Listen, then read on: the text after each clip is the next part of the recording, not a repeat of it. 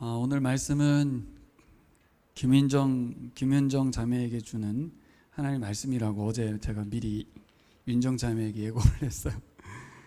고별 설교다 그러면서 뭐 얼마든지 온라인으로 설교를 들을 수 있지만, 그렇죠?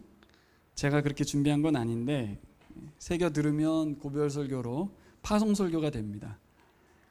우리 교우들도 윤정 자매에게만 하나님 말씀하시는 거 아니고 우리 각자에게 주신 말씀입니다. 오늘 말씀 잘 들으시면 좋겠습니다. 제가 20대 때 이 부르심에 대한, 이 소명에 대한 관심사가 높았습니다. 여러분 어떠신지 모르겠는데, 과연 하나님은 나를 무엇을 위해서 부르셨는가? 하나님은 어떤 사람을 쓰시는가? 내가 주님께 쓰임받기 위해서는 뭘 준비해야 되는가? 저는 저를 향한 특별한 하나님의 부르심이 있다고 생각했습니다. 그래서 그걸 알고 싶어서 부단히 열심히 기도했습니다. 10대 때, 20대 때. 특별한 부르심이 과연 무엇일까? 하나님 나를 위한 그 특별한 부르심 과연 뭘까? 근데 반대로 생각해 보면 특별한 부르심이란 단어, 그 반대 단어는 뭘까요? 일반적인 부르심도 있을까요? 특별한 부르심이 존재한다면 흔한 부르심, 일반적인 부르심 없습니다. 우리는 모두 하나님의 아주 특별한 부르심을 받았습니다. 일반적인 부르심은 없습니다. 흔한 부르심도 없어요. 다 특별한 부르심을 받았습니다. 근데 이제 문제는 뭐냐면, 모두가 특별한 부르심을 받았다고 하니까 아무도 특별하지 않은, 모두가 특별하다고 하니까 누구도 특별한 것 같지 않은 그런 상황이 되는 거죠. 그래서 특별한 부르심이라는 단어가 잘 안 다가오는 거예요. 모두가 특별하다고 하니까. 또 실제로는 성경을 잘 보면 성경의 인물들이 아주 특별히 사용되는 걸 봐요. 크게 영향력을 발휘하거나 하나님께서 그게 특별한 은혜를 베푸셔서 사용하시기 때문에 특별한 부르심이 따로 있나 보다, 이런 생각을 하게 됩니다. 중요한 건요, 아무리 특별하다고 말해도 자기 스스로가 그 특별함을 인지해야 됩니다. 아무리 남들이 쟤는 특별한 부르심을 받은 것 같아, 뭐 예를 들어서 우리 진변 자매에게 하나님 특별히 부르신 것 같아 말하면 진변 자매는 굉장히 부담스럽죠. 사실 스스로가 하나님께서 나를 특별한 부르심으로 나를 부르셨다라는 것을 인지하지 못하면 아무 소용이 없어요. 오늘 우리에게 주신 말씀은 이 특별한 부르심에 대해서 제대로 알려주고 있습니다. 여러분, 특별하고 싶은 우리네 속내가 있어요. 남들보다 좀 특별하고 뭔가 좀 다르고. 근데 이 특별함의 의미를 오늘 본문에서 제대로 알려주고 있습니다. 오늘 본문은 하나님의 세계 통치, 세계 선교에 있어서의 아주 중요한 선언을 담고 있는 말씀입니다. 우리 모든 교인들이 잘 새겼으면 좋겠습니다. 그리고 모든 교인들도 세워야 되지만 여러분 한 분 한 분 각자가 다 특별한 의미를 수용하시는 시간 되시기를 축복합니다. 일단 우리는 왜 특별한 부르심을 그렇게 원하는가 생각해 봤습니다. 왜 사람들은 특별한 부르심을 이렇게 원하지? 이유는 간단합니다. 하나님께 영광을 돌리면서도 우리의 이름도 좀 드러났으면 하는 마음이 있는 거죠. 나도 좀 특별하게 사용됐으면 좋겠다는 마음이 있습니다. 호랑이는 가죽을 남기고 죽어서 사람은 뭐가 남깁니까? 이름 남기고 싶은 거죠. 한평생 살아가는 우리들 일생이라고 하는데 이름을 남기는 인생이고 싶은 거죠. 그래서 특별한 부르심을 우리가 사모하고 있습니다. 그래서 저는 우리가 특별한 부르심을 사모하는 거에 대해서 잘못이 아니라고 생각합니다. 그런 거 욕심내도 전 된다고 생각합니다. 그래서 하나님, 우리를 잘 아시는 그 하나님이 우리를 특별한 부르심을 각자에게 부여하셨다고 저는 믿습니다. 우리가 그렇게 원하니까, 그렇게 특별하길 원하니까, 그래 내가 너희를 특별히 부른다, 이렇게 말씀하시는 것 같습니다. 근데 제가 오늘 본문을 풀어가면서 이 특별함의 의미를 제대로 알게 되면 더 특별해진다는 것을 발견했습니다. 여러분 그것을 발견했으면 좋겠어요. 우리가 이름 남기고 싶어서 뭔가 좀 다르고 싶어서 혹은 튀고 싶어서 바라는 그 특별한 부르심이 진짜 의미를 알게 되면 정말 하나님은 우리를 특별히 부르셨구나, 이것을 깨닫게 될 줄 믿습니다. 그래서 감격할 수밖에 없고 감사할 수밖에 없는 것입니다. 하나님은 오늘 우리 말씀을 통해서 우리를 모두 특별한 부르심에 초대합니다. 이 부르심의 소리를 잘 들으셨으면 좋겠습니다. 그리고 반응하시는 시간 되시기를 축복합니다. 첫 번째로 오늘 본문 우리가 너무 잘 아는 말씀인데요, 많이 들었던 말씀이고 어제 우리 PSP 훈련의 중심 말씀이기도 합니다. 창세기 12장 말씀과 함께 출애굽기 19장 말씀이 연결되어 있습니다. 그래서 첫 번째로 우리가 생각해 볼 거는 하나님께서 이스라엘을 특별히 부르셨다는 거죠. 오늘 본문은 그 내용을 담고 있습니다. 너희는 모든 민족 가운데서 나의 보물이 될 것이다. 너희는 내가 선택한 백성이 되고 너희의 나라는 나를 섬기는 제사장 나라가 되고 너희는 거룩한 민족이 될 것이다. 저는 이 내용을 풀기보다는 좀 색다른 묵상을 좀 했습니다. 모세가 하나님으로부터 이 메시지 들었을 때 어떤 심정이었을까? 어땠을 것 같습니까? 영광스럽고 가슴이 벅차올랐을 것 같습니다. 우리가 하나님의 보물이 된다니, 제사장 나라라니, 거룩한 민족으로 부름을 받다니. 또 하나 묵상해 본 건 직접 음성 들은 모세 말고 전에 들은 이스라엘 백성들의 심정은 어떨까? 전에 들었잖아요. 원리를 이렇게 말할 수 있어요. 제가 우리 모든 교인들을 대상으로 하나님께로부터 음성을 들었어요. 우리 박일남 집사를 하나님께서 특별히 부르셨다는 거예요. 제가 너무 큰 감동에 대해서 전달을 했어요, 박 집사님에게. 박 집사님 들을 때 기분이 어떨까요? 모든 백성이 다 함께 8절 주님께서 말씀하신 모든 것을 우리가 실천하겠습니다 하고 응답하였다. 백성들은 어떻게 반응했냐면 아멘! 우리가 합당히 말씀에 반응하며 살겠습니다 라고 외쳤습니다. 근데 감정은 안 나와 있습니다. 말은 나와 있는데 어떤 느낌이었는지 그게 안 나와 있어요. 근데 저는 그걸 좀 생각해 봤으면 좋겠어요. 우리 빛나 목자님을 하나님이 특별히 부르셨다고 말할 때 어떤 느낌이 드냔 말이에요. 굉장히 중요하잖아요, 사실 이 느낌이라는 게. 여러분, 내용상으로는 이게 엄청난 겁니다. 이스라엘 백성을 하나님께서 존귀하게 대하신다는 거예요. 이 말은 이 보물이라고 여긴 번역되어 있지만 예전에 나의 소유라고 번역되어 있었죠. 히브리어로 세귤라라고 하는 단어인데 아주 값진 보물이다, 그런 뜻입니다. 최고의 보물이다, 그런 뜻입니다. 하나님의 가장 아끼고 소중하게 여기는 결혼반지 같은 것이다, 그런 뜻입니다. 그리고 하나님께서는 이스라엘 백성들을 얼마나 존귀하게 대하는 건지를 이 표현에 담겨놓고서 그 다음에는 뭐라고 그래요? 제사장 나라다, 거룩한 민족이다, 이렇게 말합니다. 이 거룩한 민족은 뭐예요? 구별되는, 다른 가치로 살아가는, 하나님의 말씀의 가치로 살아가는 내 백성을 말하고 있죠. 끝으로 말한 게 제사장 나라예요. 이방 민족으로 하여금, 세계 열방으로 하여금 부러워하며 하나님의 민족이 되도록 하는 브릿지 역할을 하는 사명까지도 하나님께서 부여하신 거예요. 누구에게? 이스라엘에게. 그러니까 여러분, 감흥이 별로 없죠? 당사자들은 어땠을까요? 당사자도 감흥이 별로 없었을 것 같습니다, 저는.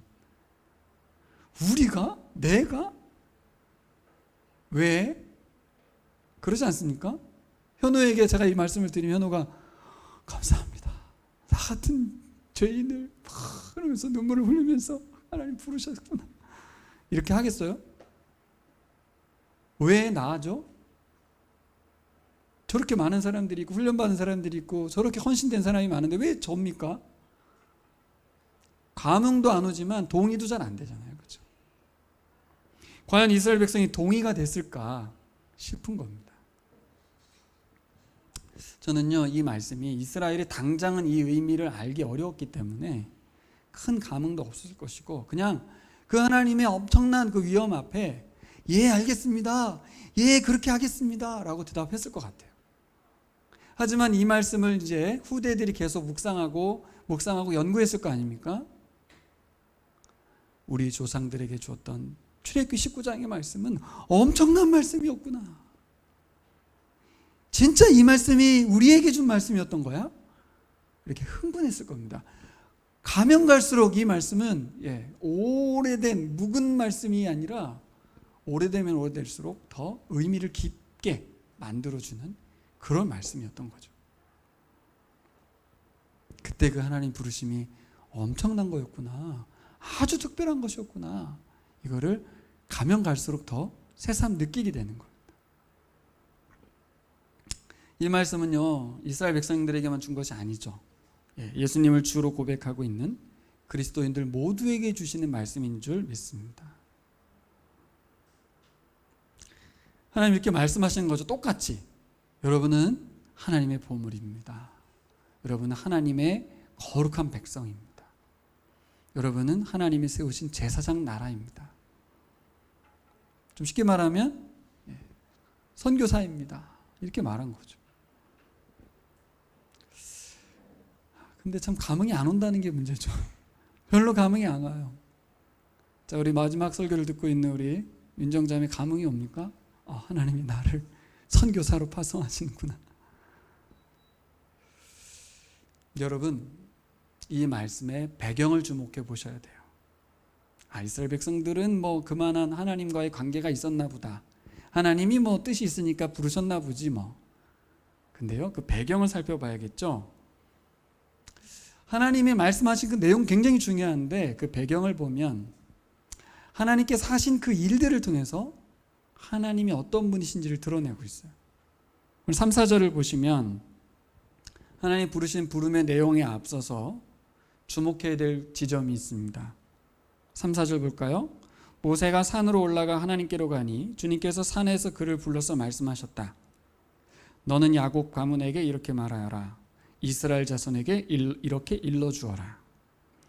너희는 내가 이집트 사람에게 한 일을 보았고 또 어미 독수리가 그 날개로 새끼를 업어 나르듯이 내가 너희를 인도하여 나에게로 데려온 것도 보았다. 이렇게 말씀합니다. 하나님의 부르심이 뜬금없지 않다는 거예요. 나는 뭐 갑자기 이렇게 부담스러운 뭔가를 주시지?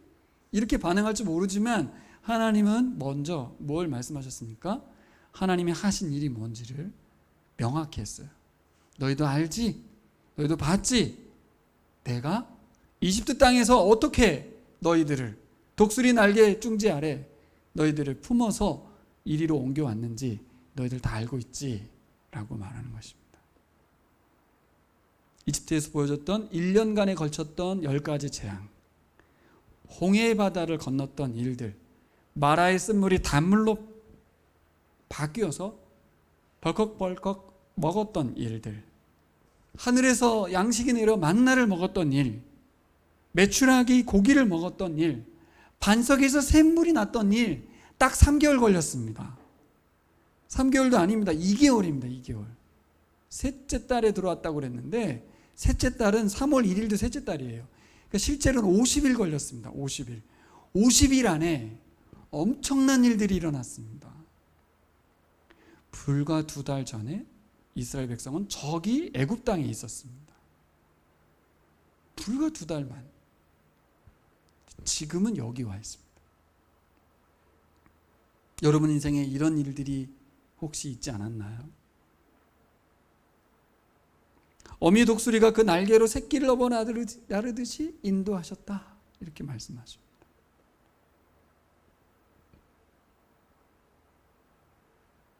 수많은 기사와 표적, 그런 것들은 얼핏 보면 대적들을 이기기 위한 어떤 기적인 줄 알았지만 하나님께서는 뭘 말씀하세요? 어미독수리가에 주목해 보세요. 이 말이 무슨 말이에요? 이스라엘은 하나님의 자녀라는 거예요. 너희는 내 새끼라는 거예요. 하나님이 이스라엘을 낳았다는 거예요. 괜히 데려온 게 아니에요. 괜히 기적을 베푼 게 아니에요. 그 기적을 통해서 뭘 알려주고 싶으신 거예요? 내가 너희의 하나님인 거죠. 내가 너희의 아버지고 어머니라는 걸 알려준다는 것이죠. 여러분, 우리 인생 살아오는 동안에 이런 경험들 많으시죠? 하나님께서 인도하시고 역사하셨던 많은 일들은 그 일들을 통해서 뭘 알려주려고 하시는 거예요? 하나님이 우리의 아버지 되심을, 우리가 하나님의 자녀됨을 알려주려고 하신 거라는 거죠. 능력이 많으신 엄청난 신으로만 여겨졌던 이스라엘의 그 하나님이 이제 19장에 와서 뭘 알려주는 거예요? 얘들아, 나는 능력 많은 신만이 아니야. 너희의 아버지야.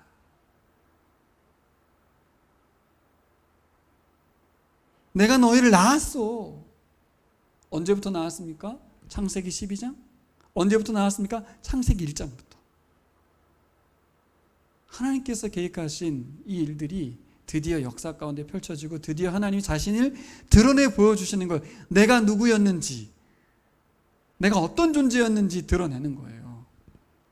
창조의 하나님이, 구원의 그 하나님이 우리 아버지였다는 거예요. 너희는 내 새끼였다는 거고요. 특별하지 않습니까? 여러분, 무엇이 특별한 거예요? 알고 봤더니 우리 숨겨진 아버지가 이건희 회장이었다는 게 특별합니까? 아니고, 알고 봤더니 하나님이 나의 존재의 근원이시고 하나님이 나의 진짜 아버지였다는 것이 특별해지는 거예요. 이스라엘만 특별히 부른 게 아닙니다. 여러분, 우리를 특별히 부르신 줄 믿습니다. 어떤 분이 이렇게 저에게 질문할 수 있지 않습니까? 목사님 말씀하시는 것처럼 제 인생을 돌아볼 때 그렇게 특별하게 하나님 일하신 것 같지 않습니다. 그런 일 별로 없습니다. 다른 사람 특별한지 모르지만 전 아닌 것 같습니다. 이렇게 말할 수 있잖아요. 하나님은 특별히 일한 것 같지 않습니다. 큰 위기의 순간을 겪어서 구원을 얻은 것도 없는 것 같고, 눈에 띄게 피부에 와닿을 정도로 하나님의 어떤 임재와 기적을 경험한 적도 없고, 이스라엘은 특별할지 몰라도 나는 아닌 것 같습니다. 이렇게 말할 수 있잖아요. 근데 제가 아까도 살짝 말씀드렸지만, 우리는 계속해서 본문을 구경꾼 입장에서, 외부인 입장에서 묵상하지만, 자, 여러분, 이스라엘 입장에서 한번 생각해 보세요. 내가 이스라엘 당사자다. 이스라엘 백성들이 하나님께로부터 엄청난 은혜를 받았습니다. 그리고 특별한 부르심과 사명을 부여받았습니다. 어떤 심정이었을까요? 왜 굳이 우리지? 왜 나지? 우리가 원한 게 아닌데 부담스럽네. 거룩하게 살려고 제사장, 선교사 이거 아닌 것 같은데 왜 내게 이런 큰 은혜를 베푸시지? 나는 바라지 않는데. 결국 일 지키려고 이렇게 나를 돈 주시고 먹여 살리시는 거야? 제사장 시키려고? 선교사 보내려고? 그래서 기적도 베푸신 거야? 좀 극단적인 예화지만 저는 아무리 봐도 이스라엘이 감격하거나 흥분하지 않았을 것 같아요. 우리하고 다르겠냐고요, 여러분. 밑도 끝도 없이 우리를 거룩한 민족이라는 둥, 제사장 나라라는 둥, 내가 너를 내 가장 소중한 보물이라는 둥, 그게 와 닿지가 않는 걸 어떻게 합니까? 제가 그래서 어제 선교 이야기하면서 그 얘기했습니다. 남의 일로 구경하면 참 부럽고 영광스럽고 멋집니다, 선교사. 근데 네가 가라, 선교사. 나는 안 한다. 너는 굉장히 영광스럽게 살아라. 너는 보배롭게 살아라. 하지만 난 그냥 살고 싶다. 이게 선교에 대한 겁니다. 하나님이 여러분들을 특별히 부르셨다는 말에 감동이 오냐고요. 나는 아닌 것 같잖아요, 사실. 저 사람은 좀 쓰셔도 될 것 같은데. 자격 문제도 있고, 사실 그렇게 헌신하고 싶지 않고, 하나님의 그 영광스러움도 부담스럽고. 저는 출애굽기를 통해서 하나님께서 우리의 모습을 거울처럼 보여주는 것이라고 생각합니다. 여러분 잘 보세요. 이스라엘은 전혀 준비가 되어 있지 않습니다. 말은 거룩한 민족이라고 했고 제사장 나라라고 했고 그랬지만 하나님의 보물로서 백성 같지 않습니다. 보물 같지 않습니다. 엄청 원망과 불평이 입에 다른 사람들이죠. 또 거룩함도 전혀 갖추어져 있지 않습니다. 하나님의 가치관으로 살지 않아요. 완전 세상 사람들입니다. 그러니까 제사장 나라 산다는 건 정말 먼 이야기죠. 보물도 아니고, 그죠? 거룩한 민족도 아닌데 무슨 제사장 나라입니까? 그래서 여러분 우리가 주목해 봐야 될 시점이 바로 이 시점이에요. 하나님이 언제 그들에게 말씀하셨냐는 거예요. 그 말씀의 시점이 언제냐는 거예요. 그들이 변화되고 준비되고 갖춰지고 난 다음에 너희는 내 보물이야. 너희는 나의 거룩한 민족이야. 제사장 나라 이렇게 말하지 않았습니다. 애굽에서 나온 지 얼마 안 된 430년의 노예의 근성에 쪄들어서 얻어먹고 빌어먹고 그 애굽의 그 어떤 향유에 젖어 있는 그 상태의 그 사람에게 그 사람들에게 말씀하신 것입니다. 생각을 바꾸시기 바랍니다. 우리는 어떠냐고요? 우리의 자격 어떻게 주어졌습니까? 여러분에게 어떤 자격이 있습니까? 이런 말씀 들을 수 있는 자격이 주어져 있습니까? 따냈습니까? 노력하셨습니까? 아닙니다. 우리가 왜 특별한 부르심 받은 거죠? 예수 그리스도의 십자가의 피 흘리심 때문에. 전적으로 예수 그리스도의 공로로 우리가 하나님의 자녀가 된 것입니다. 온 세상 창조자의 자녀가 된 것입니다. 그분이 우리를 보험을 삼기 위해서 예수 그리스도 외아들을 죽이셨습니다. 이스라엘은 이스라엘이니까 특별한 인간들이니까 종자가 그런가 보다. 하나님이 알아서 택했나 보다. 다 지우셔도 되는데 여러분은 예수 그리스도의 피값으로 사신받은 교회인 줄 믿습니다. 우리가 아직 멀었다, 나는 아니다라고 생각하는 지금 바로 이 순간에 하나님께서 뭐라고 그래요? 아니야. 너희는 나의 보물이야. 누구도 빼앗아갈 수 없어. 포기하지 않아. 너희는 거룩한 내 자녀고 거룩한 백성이고 제사장 나라야. 너를 통해 온 세상이 복을 받게 될 거야. 그래서 특별함의 의미를 정리해 보겠습니다. 첫째, 예수님의 십자가의 은혜를 통해서 특별한 자녀가 되었습니다. 둘째, 아직 준비가 안 됐는데도 하나님께서 먼저 불러주셨습니다.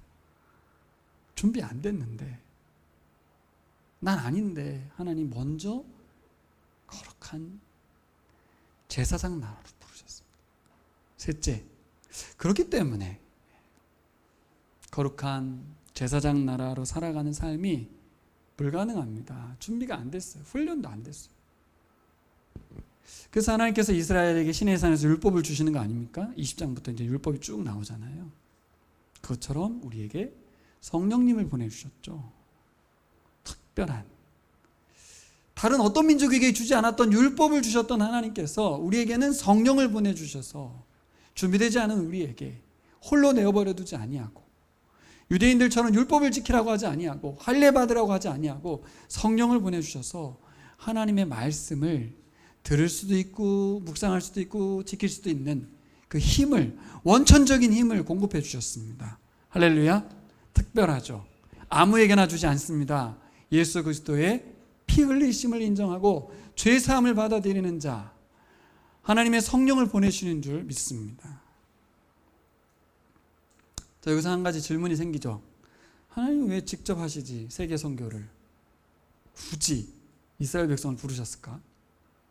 하나님 왜 나를 부르셨을까? 왜 현우를 선교사로 부르시는 걸까? 왜 제사장으로 세우시는 걸까? 굳이 하나님 하시면 되죠. 약속을 하시고 약속을 이루어 가시고 왜 나하고 약속을 하냐고 그냥 알아서 하시지. 그 능력 많으신 신이. 해석이 안 됩니까? 왜 이러시는 거예요? 왜 윤정성도님 훈련에 이렇게 들이셨을까요? 하나님이. 왜요? 왜?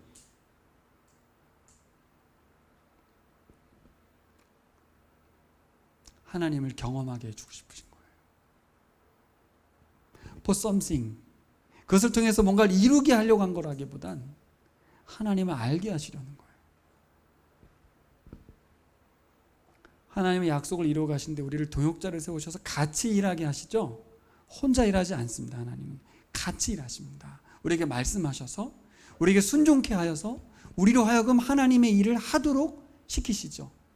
그리고 힘도 공급하시고요. 인도도 하시고 보호도 하십니다. 왜요? 핵심은 하나님의 자녀됨을 알게 하시려고 그런 거예요.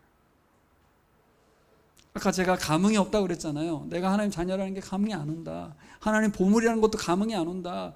거기에 무슨 거룩한 민족이고 제사장 나라냐 하는데 결국 하나님의 사역에 동참하고 동역한 사람들이 감흥이 와요. 하나님 나를 통해서 일하시는구나. 어떻게 나 같은 사람을 통해서 이런 일을 하시냐. 하나님 참 은혜의 하나님이시구나. 언제 그걸 깨달아요? 언제? 동역할 때 깨닫는 겁니다. 같이 하나님과 함께 손잡고 일할 때 깨닫는 거지 성경 열심히 읽는다고 깨닫지 않습니다.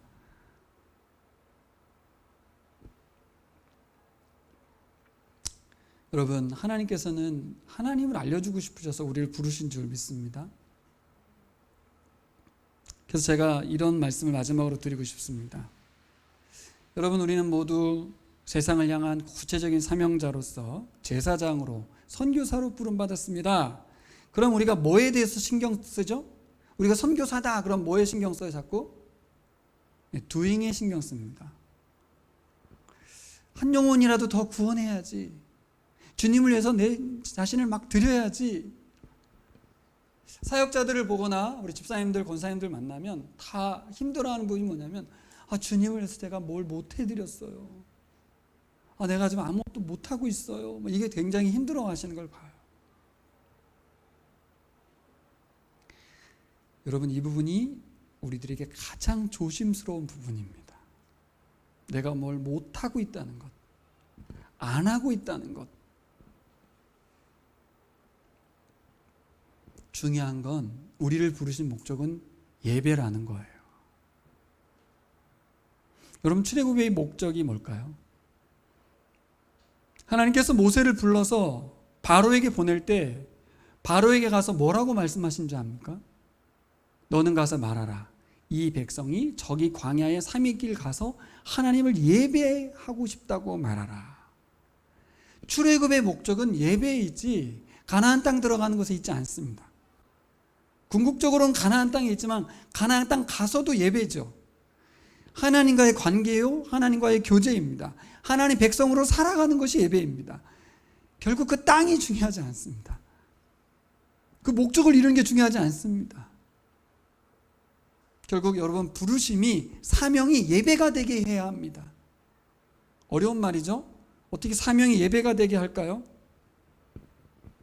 여러분, 우리는 어떤 생각에 사로잡힐 수 있냐면 우리가 하나님께 뭔가를 해드려야만 하나님이 기쁨을 얻으실 것 같고 내가 열심히 살아야만 하나님이 기뻐하실 것만 같은 착각에 빠집니다.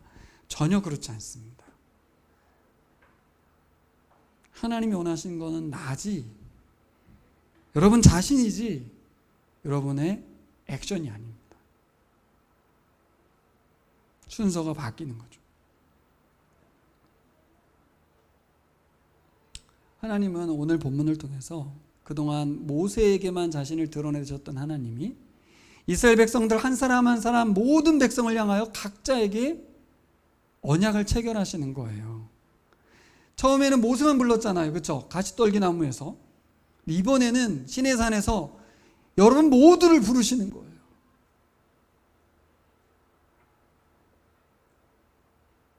내가 모세와 관계를 맺고 모세에게만 나를 알려줬는데 이제 내가 누군지 너희들에게 직접 알려주겠다. 그래서 이번 19장은 여러분 결혼식이라고 말합니다. 이 성경 안에서 이스라엘 백성들과의 결혼식, 언약식이라고 하거든요. 그래서 선지자들은 뭐라고 하냐면 이스라엘이 음탕에 빠졌다, 음란했다 이렇게 말하는 이유가 이 시간이 바로 결혼식이기 때문에 그렇습니다. 한 사람 한 사람 각자에게 하나님이 청혼하시는 거고 이 청혼을 이스라엘은 거부할 수 없어요. 뭐야, 뭐 거부할 수 없는 청혼이 무슨 말이에요? 왜요? 아까 말씀드렸잖아요. 세계가 다 내게 속하였나니. 이게 무슨 뜻입니까? 이스라엘 백성만 따로 부를 이유가 하나도 없었다는 거예요. 꼭 이스라엘 될 이유도 없었다는 거예요. 모든 세계가 다 내 백성인데 그 중에 특별히 이스라엘을 불렀다는 겁니다. 그러니까 거부할 수 없는 은혜를 입었다 그 말입니다. 많은 여인이 있었지만 너만을 나의 아내로 삼는다. 이유 없습니다. 이유 없어. 그리고 그 자녀된 백성을 지금까지 출애굽에서 꺼내오신 거예요. 그리고 관계를 맺으신 거예요. 우리가 해야 될 건 딱 하나 있습니다. 하나. 5절 읽겠습니다. 이제 너희가 정말로 나의 말을 듣고 내가 세워준 언약을 지키면. 예.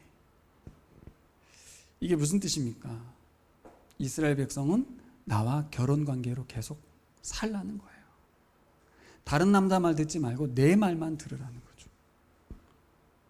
결혼해놓고 딴 남자 말 듣고 그러면 안 되는 거잖아요. 그렇죠? 하나님께서 말씀하신 건 딱 하나예요. 나와의 결혼관계를 유지해 달라는 거예요. 그러면 내가 너를 책임지고 내 백성 삼고 거룩한 나라, 제사장 나라 만들겠다는 것이죠. 그래서 여러분 뒤에 말씀들 보세요. 이제 20장부터 나와 있는 말씀들이요. 그냥 생각해보면 하나님이 절대적인 권위에서 백성들하고 언약을 맺으니 뭔가 신이 언약을 맺었으니 그 법이 지키기가 엄청 어렵고 힘든 것인 줄 알았는데 아니에요. 하나도 안 어려운 법이에요. 사실 아무것도 아니에요. 다 자기를 위한 법이고 하나님을 위한 법이 아니에요. 세상 이런 법을 주면서 뭘 못 지킨다고 말할 수 있습니까? 아닙니다. 이스라엘 백성 모두를 위한 법을 주신 거예요. 지킬 수 있는 법이고 다 그들을 위한 법을 주셨을 뿐이에요. 자, 정리해 보겠습니다. 하나님은 세계가 다 내게 속하였다고 말씀하셨어요. 그래서 우리가 단순히 한국에 머물 수 없는 이유인 것입니다. 우리 시각이 우리 진자매 때문에 조금 열려서 다국적인 느낌이 좀 있죠. 아, 이주민이 전혀 타인이 아니구나라는 걸 가까이 느낄 수 있었어요. 그리고 우리가 쌤 사역을 하면서 좀 더 가까이 느낄 수 있어요. 근데 피부색이 좀 더 다르거나 전혀 언어를 하지 못하는 분은 이질감이 많이 들겠지만 좀 더 좋아졌겠죠. 전 이것이 바로 우리가 받은 특별한 은혜라고 생각합니다, 여러분. 우리 남월의 교인들에게만 주신 특별한 은혜죠. 이 이질감을 넘어서는 게 얼마나 어려운데요. 거기에 먼저 이질감을 가졌던 분이 우리와 하나 되었던 과정이 있었습니다. 예수 그리스도가 그랬고 우리 진자매도 그렇고 누군가는 이 이질감을 넘어서는 수고가 있었던 거예요. 은혜를 받은 분들이십니다, 여러분. 특별한 부르심을 받았다고요. 그리고 우리는 보니까 이주민 선교를 통해서 하나님 선교를 가깝게 얻은 것 많이 있는 게 아니라 이번에 PSP 훈련을 받으면서 하나님의 세계 선교를 배우게 되었어요. 결코 우연이라고 볼 수 없는 거죠. 우리 진자매도 배우는데 우리가 배우지 못할 이유가 하나도 없어요, 사실. 그렇잖아요. 한국어로 배우는데 한국어를 잘하는 우리들이 그걸 영어로 배우는 것도 아닌데 못할 이유가 없어요. 그래서 마음을 바꿀 수밖에 없어요. 어떤 마음으로 이 훈련을 받을 거냐는 거고, 어떠한 자세로 우리의 삶을 살아갈 거냐는 거예요. 나는 흔한 부르심, 일반적인 부르심이고 어떤 사람은 특별한 부르심이 있을 거야, 아니라는 겁니다. 여러분 모두가 다 특별한 부르심을 받았습니다. 예수님 때문에 그렇고, 우리 개척을 나와서 그렇고, 이주민 선교와의 만남이 그렇고, 우리 진자매와의 관계 속에서도 그렇고, 해석이 다 안 됩니까? 이번 훈련도 마찬가지고. 저는 끝으로 한 가지만 여러분들에게 질문을 하고 마치려고 합니다. 우리가 생각해 볼 지점이 하나 있는데 뭐냐면, 오늘 말씀 너희는 내 보물이다, 너희는 거룩한 백성이다, 너희는 제사장 나라다. 이 말씀을 들었던 이스라엘 백성 전체 말고요, 전체 말고 그 속에 있던 개개인은 어떻게 받아들였을까? 질문이 이해가 됩니까? 200만 명 집단적으로 말고 200만 명 안에 있는 하나하나 한 사람 한 사람은 과연 이 말씀을 어떻게 받아들였을까? 질문이 좀 이상한가요? 오늘날로 가져와 보세요.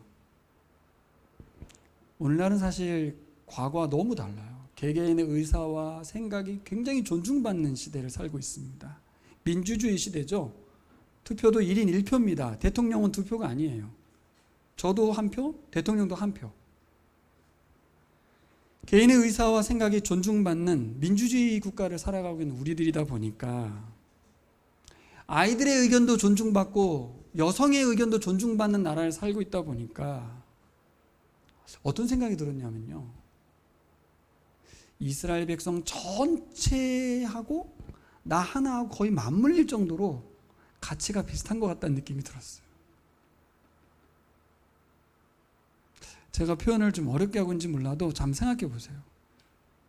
나 한 사람의 가치가 굉장히 상승되어 있습니다. 어떤 의미에서? 하나님의 부르심에 대해서 거절할 만큼, 하나님의 부르심에 대해서 무시할 만큼. 이스라엘 백성이 무시할 수 있습니까, 여러분? 이스라엘 백성이 하나님의 부르심에 대해서 거절할 수 있습니까? 그럴 수 없습니다. 근데 우리는 무시하기도 하고 거절하기도 해요. 그만큼 우리의 인권이 하늘을 찌를 정도로 올라가 있어요. 내가 아니면 아닌 거고, 내가 안 하면 그만이고, 우리는 모두 하나님의 자리에 올라가 있어요. 하나님의 크고 위대하심에 대해서 알지만 관심 없고 그렇게 살고 있다는 것이죠. 과연 이스라엘 백성이 그랬을까요? 이스라엘 백성은 그럴 수 없는 시대였습니다. 그때는 제도 자체가 그랬고 민족성 자체가 그랬죠. 그래서 제가 오늘 여러분들에게 드리고 싶은 말씀은, 이 말씀을 우리 교인 전체에게 주는 말씀이라고만 보지 마시고 여러분 개개인을 향한 이스라엘의 부르심처럼 여러분 한 분 한 분 모두를, 각자를 하나님께서 특별한 부르심으로 부르셨다는 것을 받아들이셨으면 좋겠어요. 거절하지 마시고 무시하지 마시고. 제가 이 말씀 왜 드리냐면, 아까 하나님이 굳이 혼자 해도 되는데 괜히 부르셨다고 그랬잖아요. 왜요? 내 자녀는 너랑 나랑 같이 하고 싶어. 그래서 내가 누군지 좀 경험하게 해주고 싶어. 이게 우리를 샬롬을 살아가게 하는 비결입니다. 하나님의 동역자로 살아가는 삶. 기도하겠습니다.